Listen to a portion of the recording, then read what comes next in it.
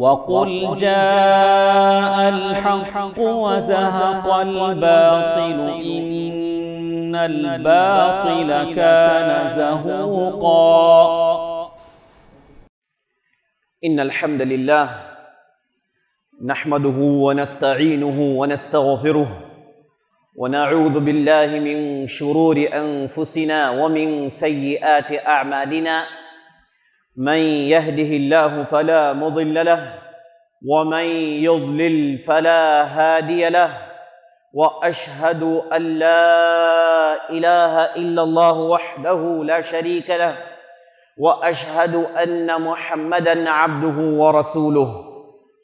يا أيها الذين آمنوا اتقوا الله حق تقاته ولا تموتن إلا وأنتم مسلمون۔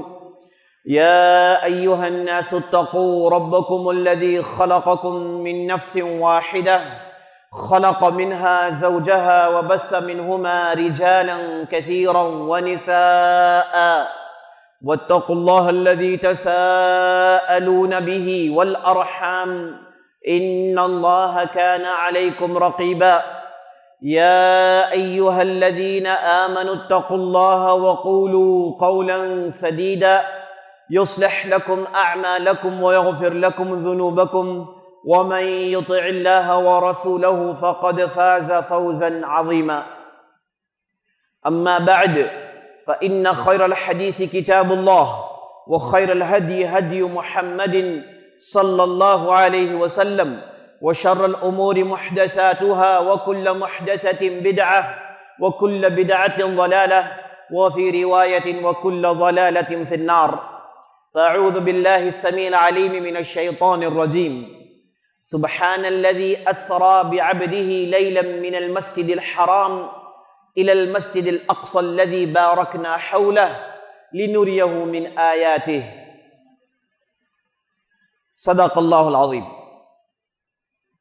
تمام قسم کی تعریفیں و بڑائی و بزرگی اللہ رب العالمین کے لیے ہے، جو مالک ارض و سما ہے، خالق کائنات ہے، اور محمد رسول اللہ صلی اللہ علیہ وسلم پر درود و سلام ہو، جنہیں اللہ تعالیٰ نے سارے کائنات کے لیے رحمت بنا کر مبعوث کیا۔ اور میں اللہ رب العزت کی بارگاہ میں دعا کرتا ہوں کہ اللہ تعالیٰ جس طرح ہمیں اس مبارک مجلس میں جمع کیا ہے، اسی طرح ہمیں جنت الفردوس میں جمع کریں، آمین یا رب العالمین۔ کسی بھی خطیب کے لیے جمعے کے اس مبارک دن کوئی ایک دوسرے موضوع پر گفتگو کرنا مشکل ہے، کیونکہ جو حالات فلسطین کے اندر ہو رہے ہیں، اور وہاں پر اللہ سبحانہ و تعالی فلسطین کے مسلمانوں کو جس انداز سے جیت اور فلاح سے دوچار کر رہا ہے، اور صہیونی طاقتوں کو اللہ ذلیل و خوار کر رہا ہے، انہیں دیکھنے کے بعد کوئی دوسرے موضوع پر گفتگو کرنا قطعی تکلیف دہ ہے۔ عزیز ساتھیوں، بزرگوں، ماؤں، بہنوں، ہم پچھلے ایک مہینے سے مصائب و آلام اور ستم ظرفیوں کو سنتے ہوئے آ رہے ہیں کہ یہودیوں نے فلسطین کے مسلمانوں پر حملہ بول دیا ہے، جنگ کا اعلان کر دیا ہے۔ اب جب اس نے جنگ کا اعلان کیا، اس نے نہ بچوں کو چھوڑا، نہ عورتوں کو چھوڑا، نہ بوڑھے بزرگوں کو چھوڑا، اس نے ان تمام پر بمباری کی۔ تو دیکھتے ہی دیکھتے شہداء کی تعداد 10,000 کو پہنچ گئی ہے۔ اس میں 70% بچے اور عورتیں ہیں، اور بچوں کی تعداد لگ بھگ 3,500 سے زیادہ ہیں جنہیں ان ظالموں نے مارا ہے، اور اندھادھند بمباری ہو رہی ہے۔ انہوں نے اب تک 10,000 سے زیادہ بم ڈالے ہیں اور اب تک لگ بھگ 1,00,000 سے زیادہ عمارتوں کو انہوں نے توڑا ہے۔ قریب کی تاریخ میں کسی بھی قوم پر اتنا ظلم نہیں ڈھایا گیا جتنا ظلم فلسطین کے مسلمانوں پر ڈھایا جا رہا ہے۔ یہاں کے بچوں کی آخر کیا غلطی تھی؟ یہاں کی عورتوں کو آخر کیا سمجھ تھی؟ یہاں جو غزہ سٹرپ میں رہتے ہیں جن کی تعداد لگ بھگ 25 لاکھ کی ہے، ان میں کتنے ایسے ہیں جو اسرائیل کے سازشوں سے واقف ہیں؟ کتنے ایسے ہیں جو صہیونیت طاقتوں کو جانتے ہیں؟ یہ تو نہتے شہری ہیں، انہیں روزانہ اگر روٹی کھانے کو مل جائے، بسنے کے لیے گھر مل جائے تو ان کے لیے کافی ہے۔ آخر ان مظلوموں کی کیا غلطی تھی؟ لیکن یہاں پر صہیونی طاقتیں اور یہودی چہرے فاش ہوتے ہیں۔ جو بات ہم مسلمان نبی صلی اللہ علیہ وسلم کے زمانے سے کہتے ہوئے آ رہے ہیں کہ یہود ایک بہت ہی غدار قوم ہے، ایک بہت ہی بڑی خود غرض قوم ہے، یہ ایسی قوم ہے جس کے جرائم کی کوئی گنتی نہیں، اور اللہ نے اپنی کتاب کے اندر اس قوم کے پول کو کھولا ہے۔ اللہ نے سورہ بقرہ کے اندر لگ بھگ 1.25 جز، لگ بھگ 200 سے زیادہ آیتیں ہیں جس میں اللہ سبحانہ و تعالی نے یہودیوں کے جرائم کو گنوایا، ایک ایک جرم کو گنوایا۔ ان کے جرائم اللہ کی کتاب کو لے کر یحرفون الکلم عن مواضعہ، یہ اللہ کی آیتوں کو رد و بدل کرتے ہیں، اللہ کے دین میں تبدیلی کرتے ہیں۔ اللہ نے اس پول کو کھولا، اور اس کے بعد دوسری قوموں کے ساتھ ان کا کیا سلوک رہا، اللہ نے اس پول کو بھی کھولا، اور عقائد میں ان کے اندر کتنی گمراہیاں ہیں اللہ نے اس بات کو بھی صاف کیا۔ تو قرآن نے یہودیوں کی پوری پول کو کھولا، ان کی پوری سازشوں کو ساری دنیا کے سامنے رکھ دیا۔ اور جب لوگوں نے یہودیوں کے ساتھ رہنا شروع کیا، چاہے وہ مسلمان ہو کہ کافر، سبوں نے شہادت دی کہ قرآن میں جو کہا گیا ہے بالکل درست ہے۔ تو یہ جرائم والی قوم، یہ مجرم قوم، اس نے فلسطین کے مسلمانوں پر پچھلے 75 سال سے جو مظالم، جو آلام کے پہاڑ توڑے ہیں، یہ ساری دنیا کے سامنے ہیں۔ لیکن میں آج آپ کے سامنے یہ مظالم، یہ آلام کی داستان سنانے کے لیے نہیں کھڑا ہوا ہوں، میں آپ کو آج یہ بتانے کے لیے کھڑا ہوا ہوں اصل جیت غزہ کے مسلمانوں کی ہوئی ہے۔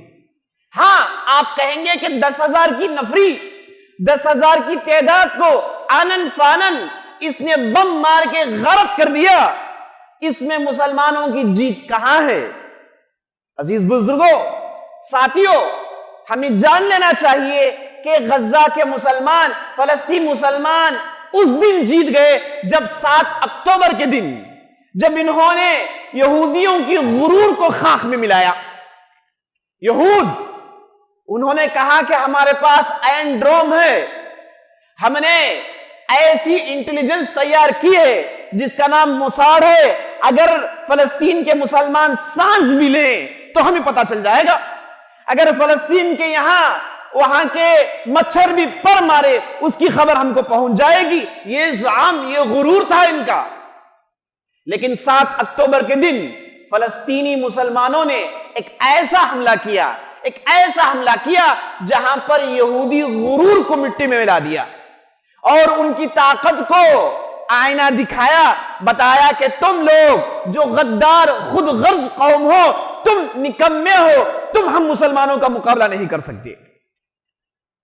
اور 7 اکتوبر کے دن فلسطینی مسلمانوں نے یہودی علاقوں میں داخل ہو کے عام لوگوں کو نہیں مارا، یہ نوٹ کر لیجئے آپ، عام لوگوں پر ہاتھ نہیں اٹھایا، بلکہ ان لوگوں کو اپنے قبضے میں لیا، ان لوگوں کو بندی بنایا جن کا تعلق کہیں نہ کہیں کسی نہ کسی اعتبار سے اسرائیلی ملٹری سے ہے، اور کہیں نہ کہیں کسی نہ کسی تعلق سے اسرائیلی انٹیلیجنس سے ان کا تعلق تھا.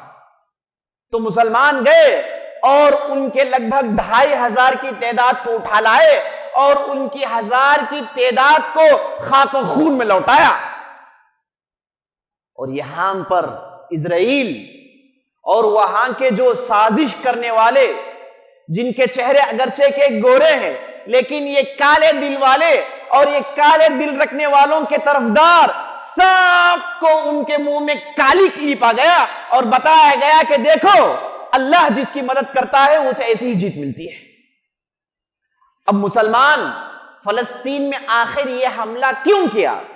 اور بعض مسلمان بھی یہ کہتے ہوئے سنے گئے کہ مسلمانوں کو آخر کیا ضرورت تھی کہ وہ 7 اکتوبر کے دن یہودی علاقوں میں گھس کر حملہ کرتے. معاملہ تو ایسا ہی چل رہا تھا. ہاں یہودی کے مظالم معلوم ہے، ان کا ظلم و ستم جانتے ہیں، لیکن اچانک یہ حملہ کرنے کی کیا ضرورت آئی؟ اور بہت سارے لوگ فلسطینی مسلمانوں کو دوش دیتے ہیں، کہتے ہیں کہ یہ بربادی کا آغاز تم نے کیا، یہ مصائب و آلام کا آغاز تم نے کیا. لیکن بہت ساروں کو جواب نہیں معلوم کہ یہ فلسطینی مسلمانوں نے یہ حملہ آخر کیوں کیا. میں آپ کو ضمن میں یہ بات بتا دیتا ہوں کہ جن کے ہاتھ میں ذمہ داری ہے وہ کافی ہوشیار، سمجھدار، چالاک لوگ ہیں، اور وہ 75 سال سے اتنا انہیں تجربہ ہو گیا کہ وہ ساری دنیا کی سیاست کو جانتے ہیں اور ساری دنیا کے خاص طور پر عربی ممالک کے ضرورتوں کو اور ان کی کمزوریوں کو، ان کی طاقتوں کو، ان چیزوں سے بھرپور واقف ہیں. اس لیے انہوں نے کسی کو دوش نہیں دیا، انہیں معلوم ہے کہ یہ کام خود انہیں کرنا ہے. عزیز ساتھیوں، پچھلے 1-1.5 سال سے یہودیوں نے، صہیونیوں نے تل اویو سے کیپٹل ہٹا کر انہوں نے یروشلم کو، القدس کو کیپٹل بنا دیا. یہ جو اسرائیل سٹیٹ ہے اس کا کیپٹل تھا تل اویو، جسے عربی میں تل ابیب کہتے ہیں. جب سے اسرائیلی سٹیٹ قائم ہوا تب سے لے کے یہی تل اویو ان کا کیپٹل رہا. لیکن یہودیوں کے مقاصد، اس پر اگر مستقل گفتگو کی جائے تو وقت نکل جائے گا. ان کے مقاصد بہت زیادہ ہیں. وہ بہت بڑا فتنہ برپا کرنا چاہتے ہیں ساری دنیا میں. تو وہ چاہتے یہ ہیں کہ ان کا کیپٹل یہ جیروسلم رہے، جسے القدس سٹی کہا جاتا ہے. حالانکہ تل اویو میں پوری انتظامات ہیں، لیکن انہوں نے چاہا کہ قدس میں ان کا کیپٹل ہو. حالانکہ جیروسلم ایک ایسا علاقہ ہے جہاں پر مسلمان، یہودی اور عیسائی اور عیسائیوں کے دوسرے فرقے ہیں، سب کا برابر حق ہے، سب کا برابر حق ہے، سب ادھر رہتے ہیں. وہاں پر ایک اسرائیلی سٹیٹ کا کیپٹل بننے کی کوئی گراؤنڈ نہیں ہے. لیکن ساری دنیا کے لوگوں نے ٹوکا. ان کی ٹوکنے کے باوجود یہودیوں نے اپنا کیپٹل منتقل کیا یروشلم کے اندر، جو کہ بہت بڑا جرم تھا. یہ جرم کرنے سے پہلے انہوں نے تمام عرب ممالک کو ان سے معاہدے کیے، بحرین سے، سوڈان سے، امارات سے، سعودی عرب سے، سب عربی ممالک سے انہوں نے تجارتی تعلقات قائم کیے، جو کہ جائز ہے. تجارتی تعلقات قائم کرنے کے بعد جب انہوں نے دیکھا کہ یہاں پر ہمارا مکمل ڈومینیشن ہو گیا ہے، اب کیپٹل سٹی کو منتقل کرنے میں کوئی دقت نہیں، تو انہوں نے ان کے کیپٹل کو منتقل کیا. اور اس کے بعد انہوں نے امریکہ کی طرفداری سے یہاں پر انہوں نے اپنے رسم و رواجات شروع کیے. رسم و رواجات کیا ہیں؟ یہودی ایک ایسی قوم ہے جو دنیا میں سب سے زیادہ رسم و رواجات کرتی ہے. ان کے رسم رواجات سمجھ میں نہیں آئیں گے، عجیب و غریب قوم ہے. یہ ایسی قوم ہے جن کے عادات و اطوار باہر کے لوگ نہیں جانتے. یہ ایک میں عادت آپ کو سنا دیتا ہوں تاکہ آپ کو معلوم ہو کہ یہ کتنی خطرناک قوم ہے. ان لوگوں کے پاس ایک عادت یہ بھی ہے کہ یہ سال میں ایک مرتبہ چھپ کر ایک پوجا پاٹ کرتے ہیں، جس میں یہ غیر یہودی جو بالغ ہو گیا ہو اس کے خون سے اسے قتل کر کے اس کے جسم سے خون نکال کر اس کا وہ سالن بناتے ہیں. اور اس سالن کو کھاتے ہیں، اور یہ ان کا عقیدہ ہے کہ ایسا کرنے سے وہ لمبی زندگی رہیں گے اور ان کی زندگی میں برکت ڈالی جاتی ہے۔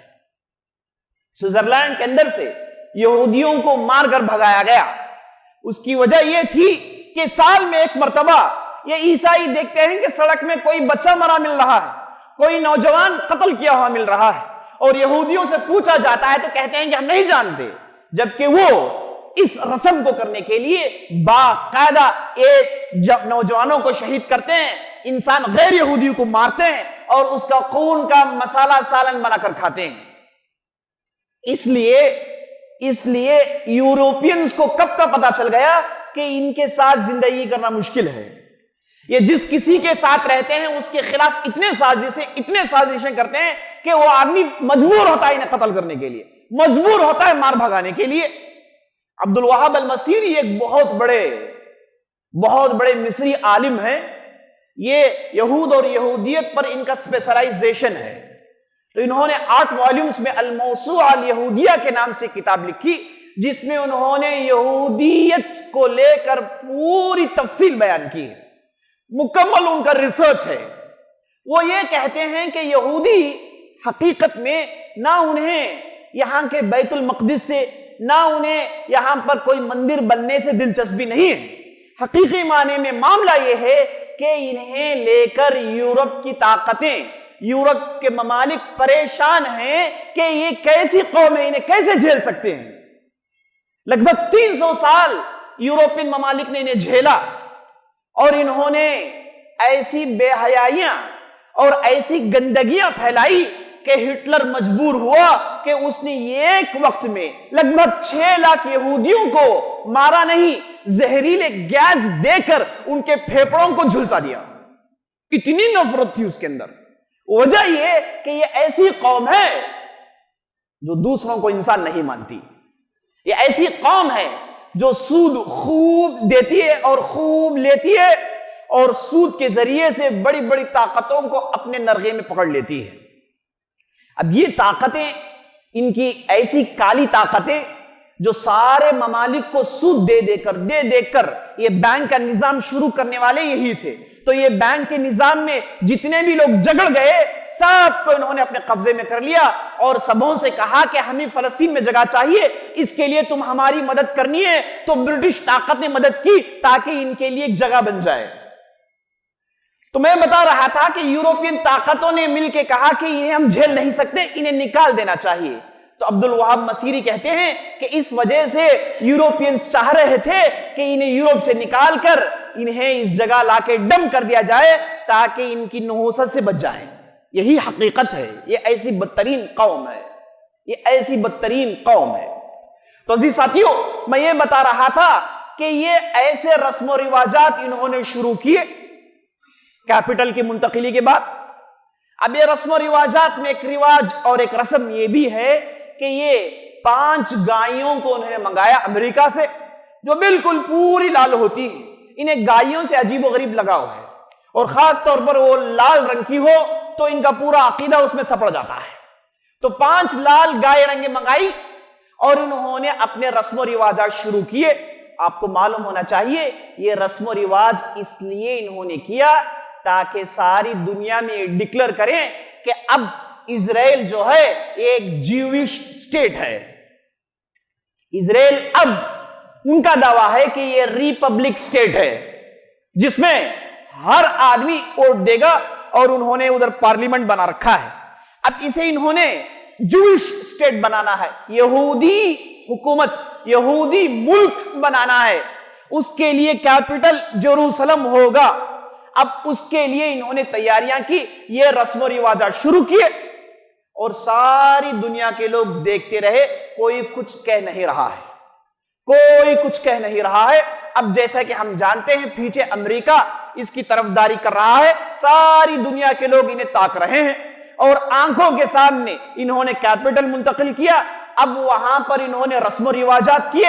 اب رسم و رواجات کے بعد دوسرا قدم ان کا یہ تھا کہ مسجد الاقصی کو ڈھا دیا جائے، وہاں پر سولومن ٹیمپل بننے کی بنیادوں کو ڈالا جائے، جس کی انہوں نے پوری تیاری کر لی تھی۔ جس کی انہوں نے پوری تیاری کر لی تھی ڈھانے کے لیے, وہاں کے فاؤنڈیشنز ڈالنے کے لیے پوری مکمل تیاری انہوں نے کر لی تھی, اور ان قریب وہ کرنے ہی والے تھے. تو یہ سب کچھ دیکھ کر فلسطین مسلمان کیسے خاموش رہ سکتے ہیں؟ یہ ایسے مسلمان ہیں کہ اللہ اکبر, انہوں نے دوسرے ممالک سے کبھی مدد مانگی ہی نہیں. یہ کہتے ہیں کہ آپ ہمارے حق میں دعا کریں, اگر آپ کوئی مدد بھیج دیں تو بڑی بات ہے, ہم اس یہودی قوم کا مقابلہ اکیلے کریں گے. اور 75 سال سے انہوں نے اکیلا مقابلہ کیا. دنیا کی تاریخ بتاتی ہے کہ کوئی بھی ایسی قوم نہیں جو یہود جیسی ظالم قوم کا اس انداز سے مقابلہ کیا ہو. 75 سال سے مقابلہ کر رہے ہیں, بچہ, بوڑھا, ماں, باپ, جتنے بھی لوگ ہیں سب مل کے اس یہودی کیان کو ختم کرنے کی پوری انہوں نے ٹھانی ہوئی ہے. اب اتنے سارے نیوزز دیکھتے ہیں, اب اسرائیل کے نیوز دیکھتے ہیں کہ وہاں کی پبلک یہ کہہ رہی ہے کہ نتنیاہو کو ہٹا دیا جائے, یہ ظالم ہے, اسے حکومت چلانا نہیں آتا. وہاں کی خود کی پبلک کر رہی ہے. لیکن آپ کبھی بھی فلسطین کے مسلمانوں کو یہ کہتے ہوئے نہیں سنیں گے کہ جو لوگ لڑائی لڑ رہے ہیں ان سے ہمارا کوئی تعلق نہیں. یہ کبھی بھی نہیں کہتے ہیں. اور یہ پورے کی پوری قوم مل کر لڑ رہی ہے, یہ قوم کی لڑائی ہے. یہ ہمیشہ فلسطین کے مسلمانوں نے ساری دنیا کو سمجھایا ہے. اور ایسے زبردست علماء ان کے اندر پیدا ہوئے, اور ایسے لوگ, صالح لوگ, سمجھدار لوگ ان کے اندر ہیں. انہیں معلوم ہے کہ دنیا کی سیاست سے کیسے ٹیکل کرنا ہے اور اس یہودی طاقت کو کیسے مٹی میں ملانا ہے, اس کے پورے کرتوت جانتے ہیں. دیکھیے, ایک ایسا علاقہ جہاں پر کوئی چڑی داخل نہیں ہو سکتی اور نہ کوئی چڑی باہر نکل سکتی ہے بغیر یہودی اجازت کے, وہاں پر انہوں نے ایسے سرنگ بنائے ہیں جو کئی 100 کلومیٹر پر مشتمل ہیں, اور ایسے ہتھیار لاتے ہیں یہودیوں کے ہوش و حواس اڑ جاتے ہیں جب وہ دیکھتے ہیں کہ بھائی ایک چڑیا آتی ہے تو ہم چیک کرتے ہیں اسے. غزہ کے اندر ایک چڑیا بھی اڑ کر آتی ہے تو ہم اس کے بال پر دیکھتے ہیں, اس کے بعد اندر جانے کی اجازت دیتے ہیں. آپ کو معلوم ہونا چاہیے پچھلے 14 سال سے غزہ کے مسلمان کوئی باہر نہیں آ سکتا. انہوں نے ایک بہت بڑا کمپاؤنڈ بنایا ہوا ہے جسے توڑ نہیں سکتے, اور یہ کئی 100 کلومیٹر پر ایک کمپاؤنڈ مشتمل ہے. اس سے باہر یہ مسلمان جا نہیں سکتے. اس سے باہر جانا ہے تو باقاعدہ گورنمنٹ کی اجازت چاہیے. ان لوگوں کے پاس پاسپورٹس نہیں ہیں, ان لوگوں کے پاس کوئی ڈاکومنٹس نہیں ہیں, ان لوگوں کے پاس ساری دنیا گھومنے کے کوئی وسائل نہیں ہیں. انہیں وہیں رہنا ہے, وہیں سڑنا ہے. اب یہ جو کھانا کھلانا چاہتے ہیں کھلائیں گے, جو پلانا چاہتے ہیں پلائیں گے, اور جو کرنا چاہے کرتے ہیں. اگر آپ کو معلوم ہو کہ یہ ظالموں نے فلسطین کے مسلمانوں کے ساتھ ایک عجیب و غریب سلوک کیا, اگر ان میں سے کوئی مر جاتا ہے اس کی ناش کو لے جاتے ہیں, اس کی ناش پر ریسرچ کرتے ہیں, اس کی چمڑی کو اٹھاتے ہیں, اور انہوں نے اس انداز سے سکن بینک بنا کر رکھا ہوا ہے. سکن بینک, فلسطینی مسلمانوں کے چمڑوں کو نکال کر اس سے انہوں نے کئی 100 کلومیٹر کے چمڑیوں کو بنایا ہے جس کے وہ تجارت کرتے ہیں. کوئی قوم ایسا کر سکتی ہے؟ تصور بھی نہیں کر سکتے ہم. تو عزیز ساتھیوں, حقیقی معنی میں فلسطینی مسلمانوں کی جیت ہوئی ہے. تو جب دیکھا کہ یہاں کے یہودیوں نے پورا ان کا پروگرام بنا لیا ہے تو فلسطین مسلمان کیسے خاموش رہ سکتے ہیں, تو انہوں نے 7 اکتوبر پر ایسا حملہ کیا کہ یہ یہودیوں کی سازشوں پر انہوں نے پانی پھیر دیا. اب ان کے 5 گائیاں کھڑی ہوئی ہیں, ان کے رسم و رواجات بند ہیں.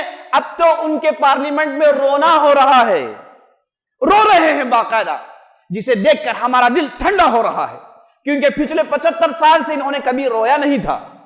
75 سال سے یہ ہم ہی دیکھتے ہیں, ہم ہمیشہ روتے رہے, فلسطین کے مسلمان روتے رہے, فلسطین کی عورتیں روتی رہی. اسے انہوں نے ہنسی مذاق سے دیکھا ہے ہمیشہ.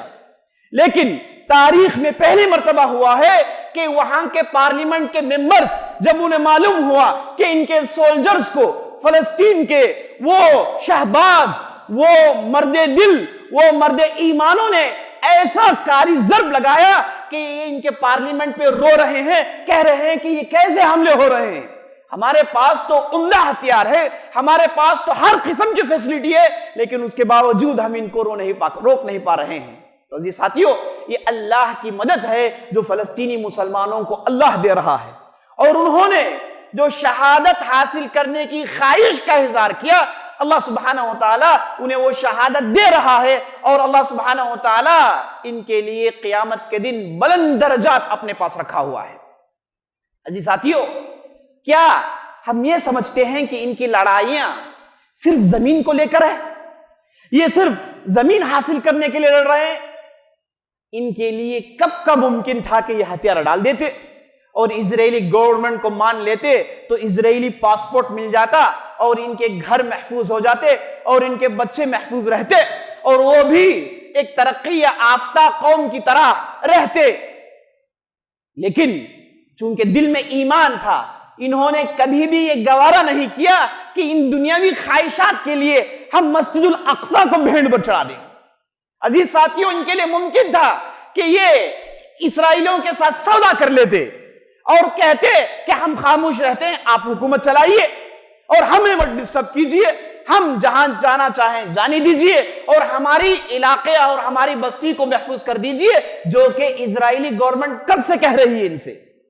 لیکن فلسطین مسلمان قربان جائیں ان کے ایمان پر، انہوں نے کہا کہ نہیں، اس ظالم کے سامنے سر نہیں جھکائیں گے۔ یہ یہودی قوم ہے جن کے خلاف اللہ نے اپنی کتاب کو، ان کی پوری داستان کو اللہ نے اپنی کتاب میں سنائی ہے، اور یہ قوم چاہتی ہے کہ مسجد الاقصی کو ڈھا دیا جائے، وہاں پر اپنا مندر بن لے۔ انہوں نے کہا کہ مر جائیں گے لیکن کبھی بھی ان کے سامنے سر نہیں جھکائیں گے۔ قربان جائیں، اصل میں وہ ہم تمام کی طرف سے نیابت کر رہے ہیں۔ یاد رکھ لیجئے، جو مسلمان بیٹھ کر یہ کہتے ہیں کہ انہیں لڑنے کی کیا ضرورت تھی، خاموش رہ جاتے، تو ان بدبختوں کو جاننا ضروری ہے کہ اصل میں وہ ہمارا کام کر رہے ہیں، وہ ہمیں جو کرنا ہے ہمارے آن بہاف وہ کر رہے ہیں، کیونکہ وہ جو مسجد ہے یہ تمام مسلمانوں کا حق ہے، اس پر تمام مسلمانوں پر واجب ہے کہ وہ اس مسجد کی حفاظت کریں، مسجد اقصی کی حفاظت کریں۔ یہ ہر مرد مومن، ہر مرد مسلمان پر واجب ہے۔ یہ اللہ کا گھر ہے، اسے ڈھا دیا جائے اور آپ ہاتھ پر ہاتھ دھرے بیٹھ کر دیکھتے رہیں گے، یہ کیسا ایمان ہے؟ یہ تو ممکن نہیں ہے۔ لیکن قربان جائیں ان مسلمانوں پر، فلسطینی مسلمانوں پر، جنہوں نے کہا کہ آپ اپنے اپنے علاقوں میں رہو، ہمارے لیے صرف دعا کرتے رہنا، ان ظالموں کو نپٹنا ہمیں آتا ہے، ان ظالموں کو مارنا ہمیں آتا ہے، ان ظالموں کو خاک و خون میں لوٹانا ہمیں آتا ہے۔ تو وہاں کے بچوں نے، بوڑھوں نے، وہاں کے بزرگوں نے، وہاں کی عورتوں نے ہمارا کام کیا ہے، ہمارے طرف سے کام کر رہے ہیں۔ تو ایسے موقع پر عزیز ساتھیوں، دو باتیں ہمیں جاننا ضروری ہے۔ پہلا یہ کہ ہم ان مسلمانوں کے حق میں دعا کریں۔ یہ جو دعا ہے یہ بہت ہی زبردست ہتھیار ہے، یہ دعا ہے جو بہت ہی طاقت اپنے اندر رکھتی ہے۔ اگر آپ نے ان مسلمانوں کے لیے ایک بوند بھی گرایا اللہ کی بارگاہ میں، یاد رکھ لیجئے ان کا تو 12 پیڑ ہونا ہی ہونا ہے نا، انہیں کامیابی ملنی ہی ملنی ہے، لیکن آپ کو اتنا اجر ملنے والا ہے۔ آپ کے ایمان پر اللہ سبحانہ وتعالیٰ آپ کے مسائل آسان کرنا چاہتا ہے جب آپ ایک بندے مومن کے حق میں دعا کر کے اپنے آنکھوں سے پانی گراتے ہیں۔ ان کے حق میں دعا کیجئے، کہیے کہ اے اللہ فلسطین کے مسلمانوں کے مسائل کو آسان کر، اے اللہ اس ظالم کی طاقتوں کو ختم کر، اے اللہ فلسطین کے مسلمانوں کو ان کا ملک واپس دے، اے اللہ مسجد اقصی کی حفاظت کر۔ آپ اس انداز سے دعا کرتے رہیے، یہ دعا واقعی اپنے اندر طاقت رکھتی ہے۔ دوسری چیز جو ہمیں سمجھنی ہے وہ یہ ہے کہ ہم یہ جان لیں کہ دشمن جو ہیں، دشمنان اسلام جو ہیں، یہ صرف یہودی نہیں ہیں۔ مسلمانوں پر ٹوٹ پڑنے کے لیے بہت سارے دشمن ہیں۔ ہم ہندوستانی مسلمانوں کو تفصیل بیان کرنے کی ضرورت نہیں، ہم جانتے ہیں کہ ہمارے اطراف میں کیسے کیسے دشمن ہیں۔ تو ہم جب ان لوگوں کے درمیان رہتے ہیں تو ہمیں جو کام کرنا یہ ہے کہ ہمارے آنے والی نسل کی حفاظت کریں، آنے والے نوجوان، آنے والی نسل کو دین سکھائیں اور انہیں دین میں مضبوط بنائیں، کیونکہ دین ہی ایک ایسی چیز ہے جو فلسطینی مسلمانوں کے پیروں کو کھڑا کر رکھا ہوا ہے۔ اگر یہاں پر دین نہیں ہوتا تو کب کا مان جاتے، کب کا ہتھیار ڈال دیتے, کب کا معاملہ ختم ہو جاتا. لیکن یہ اللہ کا دین ہے جو انہیں شہادت دلا رہا ہے اور ساتھ ساتھ انہیں ان ظالموں کے سامنے سر جھکنے نہیں چھوڑ رہا ہے. تو ہمیں جو عبرت حاصل کرنی ہے دوسری, وہ یہ ہے کہ ہم ہمارے نوجوان نسل کی ٹھیک سے تربیت کریں. آج ہمارے نوجوان کیسی کیسی عادتوں میں پڑے ہوئے ہیں, باتیں بڑے ہیں. آپ بستر میں لیٹے ہوئے ہیں, صبح 12 بجے اٹھتے ہیں, پتہ نہیں کیسی کیسی چیزیں کھاتے ہیں, کیا کیا عادتیں ہیں, اور سینے میں اور جسم میں دعویٰ یہ ہے کہ ہم مسلمان ہیں. کہاں سے آپ مدد کر سکتے ہیں؟ آپ کا تو معاملہ یہ ہے کہ اگر آپ کو ایک بھی لاٹھی پڑ جائے تو ہڈیاں ٹوٹ جائیں گے آپ کی, ہے نا. تو آپ اٹھیں صبح سویرے, نماز پڑھیں, اپنے صحت کا خیال رکھیں, اپنے آپ کو تیار کریں, علم سے اپنے آپ کو لیس کریں, اخلاق سے اپنے آپ کو لیس کریں, اور دشمنوں کے دشمنیوں کو پہچانیں اور دشمنوں کے حملوں کو جانیں, اور آنے والی نسل کو اسی انداز سے تیار کرتے رہیں. کیونکہ عزیز ساتھیوں, حق و باطل کی لڑائی چلنی ہے. حق و باطل کی لڑائی ہمیشہ کے لیے چلنی ہے, یہ رکنے والی نہیں ہے جب تک کہ قیامت نہیں آ جاتا. حق و باطل کا کشمکش چلتے رہے گا. یہ اللہ نے دنیا کو ایسے ہی بنایا ہے, کبھی بھی ایسا نہیں ہوگا کہ حق آ گیا تو ہمیشہ رہ گیا. نہیں, باطل کو بھی طاقت ملتی ہے, کبھی باطل اوپر, کبھی حق اوپر, کبھی باطل اوپر, کبھی حق اوپر. اس کشمکش میں, اس جستجو میں جو لوگ حق کا ساتھ دیتے ہیں, اللہ انہیں جنت کی گارنٹی دیتا ہے, اللہ انہیں جنت میں داخل کراتا ہے. وَمَنْ زُحْزِحَ عَنِ النَّارِ وَأُدْخِلَ الْجَنَّةَ فَقَدْ فَازَ. جو آدمی جہنم سے بچا لیا گیا اور جو جنت میں داخل ہو گیا, یہ آدمی حقیقی معنی میں جیت گیا ہے. هذا باللہ التوفیق وصلی اللہ علیہ وسلم.